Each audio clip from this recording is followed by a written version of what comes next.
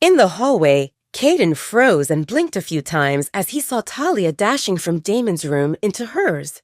He rarely came to the third floor, but today Caden was there because he wanted to make sure that Damon woke up, since Damon told him he would be out after breakfast, and they had an early start. Of course, Caden would have used MindLink, but Damon shut his side down. Caden didn't know why Damon made himself unreachable, but now that he saw Talia scarcely dressed coming out of Damon's room, Caden understood what happened. Caden turned on his heel and went down the stairs with a spring in his step. He opened the door of his room and sashayed toward Maya, who was fixing her hair. Maya gave him a questioning look. "Did Damon wake up?" "Mm-hmm." Maya eyed Caden and saw that he nearly burst from saying something seemingly important. "What happened?" "I won the bet." Maya looked confused. "What bet?" "When Talia came here, I said that Damon would get her into his bed within a week." Maya frowned. "What?" "Don't try to deny it. I said 1 week, and you said no way. I just saw Talia escaping from Damon's room into hers, and based on her appearance, she slept in his room." "Poor girl. He moved fast." Caden didn't understand Maya's reaction. "Why poor girl? They're mates." Actually, I wondered what took him so long. It's obvious that the bond drove him crazy because whenever Talia stayed away from him, he got distracted. She lived just across the hallway, and considering that our alpha has no concept of patience and self-restraint, it's a miracle that he didn't drag her into his room on the first night she came here. Now that they're together, Damon should act more normal. Maya thought that some things didn't add up. If they're together, why does she leave his room? We both know that mates have difficulty staying away from each other, especially while the bond forms, because the initial flow of emotions fuels insecurities. And if they share a bed, why does Talia try to leave the pack house? Caden didn't have answers to Maya's questions. "You should talk to her again and see if she changed her mind about leaving." "I will." After breakfast, Maya felt frustrated that she didn't get a chance to talk to Talia. Damon hovered around Talia, putting food on her plate and feeding her, and as soon as they finished with breakfast, they headed out.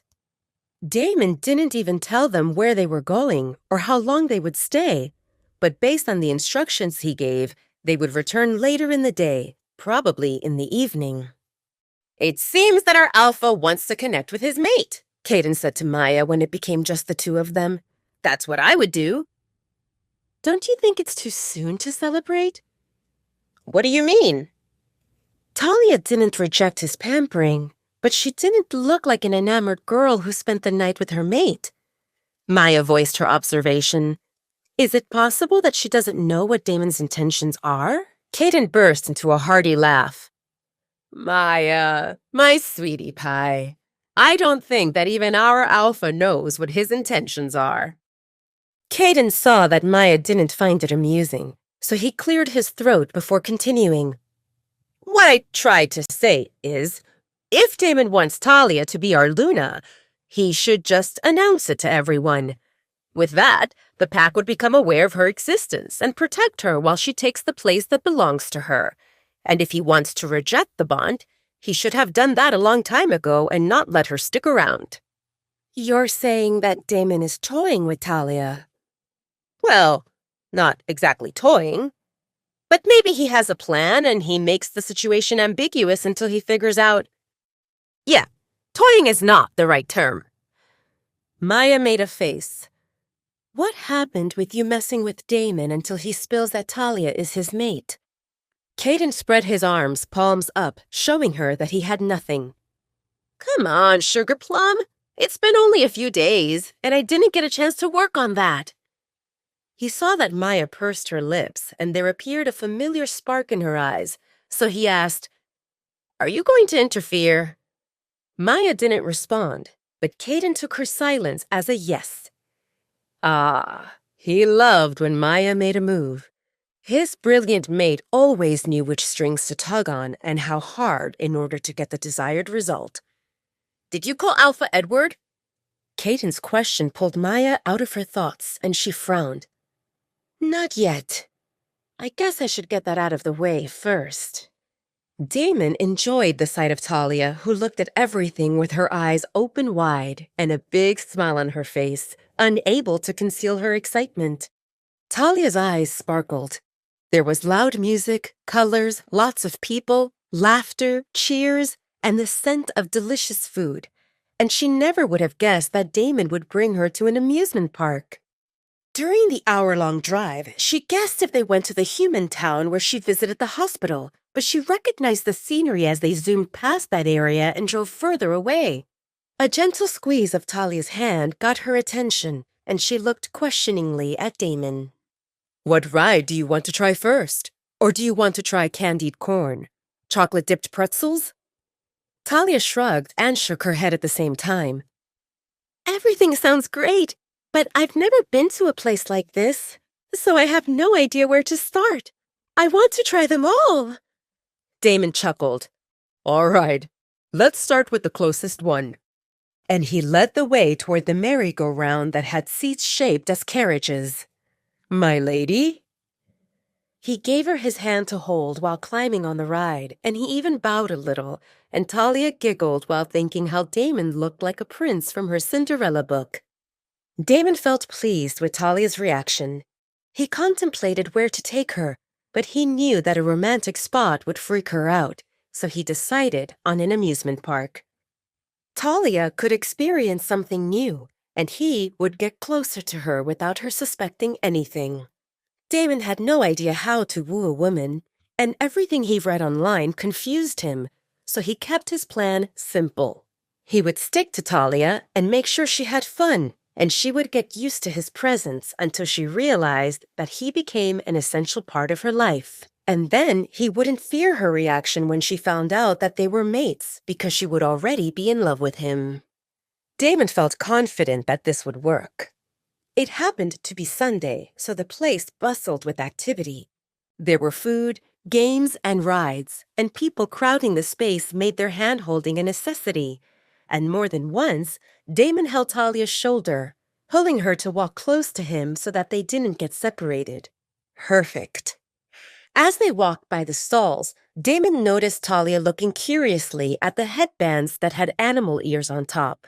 He grabbed one with brown kitty ears and put it on her head. A kitty. It suits you. He smiled at Talia. She wanted to remove it, and he grabbed her hand before she could reach the headband. Do you not approve of cats? Should I get you the one with bunny ears? Or would you rather be a mouse? There's nothing wrong with cats. The problem stemmed from the fact that she didn't have any money, and she felt uncomfortable that Damon paid for everything. Then, keep it on. I want you to have a souvenir, something to remember our first visit here. He paid for the headband and pulled her to the next stall that offered face painting. Damon took the brush, and after 2 seconds, the tip of Talia's nose turned black, and she had 3 whiskers on each cheek. Damon looked at his handiwork and nodded in approval. Now you're a kitty. My kitty. Talia didn't know how to respond to this, but somehow it confirmed that she served not only as Damon's pet project, but he actually saw her as a pet. That would explain why he wanted her to sleep in the same bed. Damon and Talia took a number of rides that rotated, shook, went up and down, and by the time they stopped for a snack, Talia's legs felt wobbly. Damon happily held Talia around her waist and supported her until they reached a bench to sit on. The nearby stall sold bacon-wrapped corn dogs, and they enjoyed them with soda that washed down the greasy food. Are you having fun? Talia nodded enthusiastically. Yes, lots. Is this your first time here? It feels like it. Damon paused before explaining. I had a group of friends, and unless something else happened, we would come here on the weekend. Talia noticed that he spoke in the past tense. What happened? Why did you stop coming? I became the alpha of the Dark Howlers pack. As alpha, you couldn't come here? Damon shook his head. I stayed busy, and they became my subordinates. You can't have fun with people who bow their heads to you whenever you raise your voice. Talia nodded in understanding and continued munching on her corn dog while her heart tightened. She realized that 10 years ago, Damon didn't lose only his parents, but his friends as well. From the story Stephanie told her, Talia imagined teenage Damon at the center of every party, surrounded by his peers who admired him and girls who hoped to catch his eye.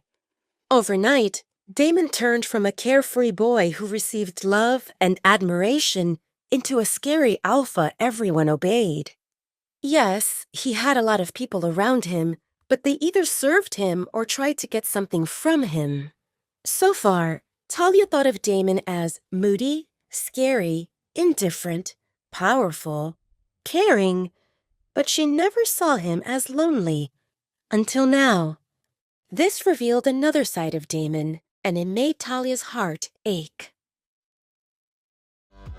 Wait, that's not the end. You've just had a free taste. Now get the full story on the Pocket FM app, link in description. Check out our next video and playlist, and don't forget to like, share, and subscribe.